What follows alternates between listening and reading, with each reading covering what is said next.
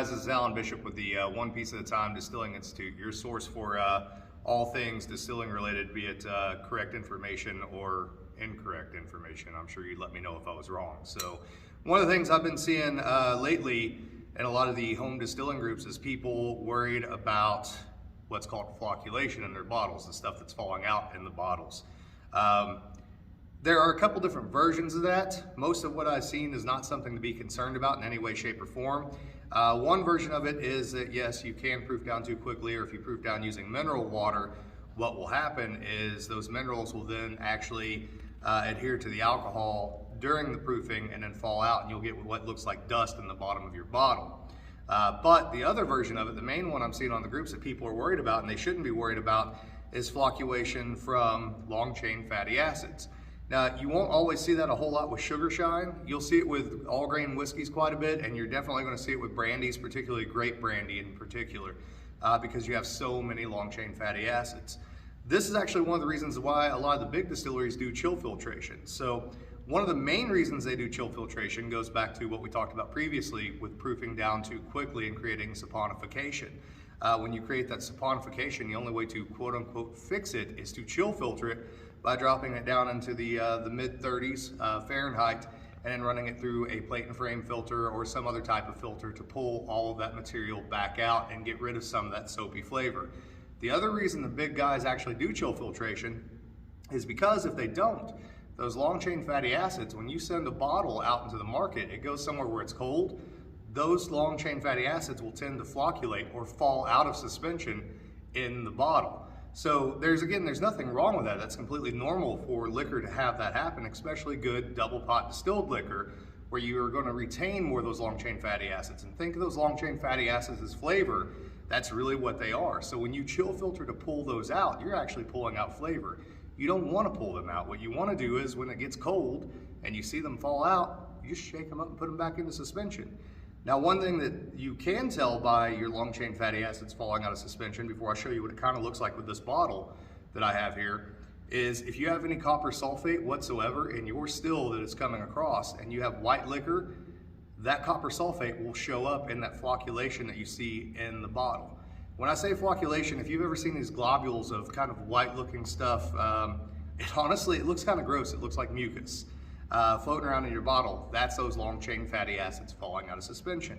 Again, just educating the consumer so that they understand that those long chain fatty acids are part of the flavor is part of running a craft distillery. It should be the same thing for a home distiller or a quote unquote moonshiner if they are, selling the product, and I'm not encouraging that. But we have a bottle here of Catawba brandy, and I actually have a camera operator today. I got Justin Whaley of Still Learning here.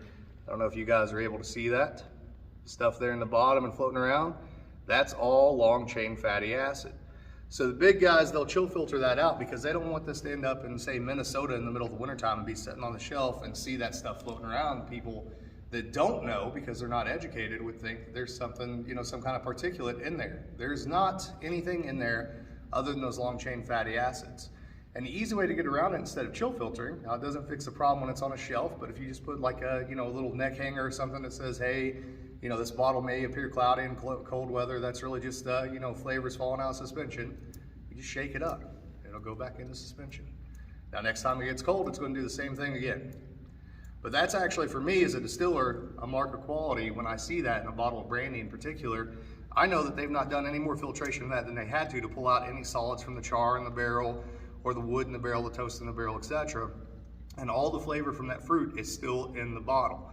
That's something I think a lot of new distillers don't know about. It's something that confuses them. You'll see all kinds of mythology about it on the home distilling sites, about how it's from either proofing down too quickly, etc. I've seen 1,000,001 different explanations for it, but I've never seen anybody in home distilling sites talk about flocculation because I don't think that it's understood. This is a very, very common thing. Having worked at a brandy distillery for 2 years, every product we had would flocculate. If it got cold in the gift shop at night and the gift shop was actually detached from our distillery, you go in there and every bottle would have that flocculation in it. But as we educated the consumers, they started to understand that and they started to appreciate it. It's actually a sign, again, of a very high quality spirit that you're going to have that happen from time to time.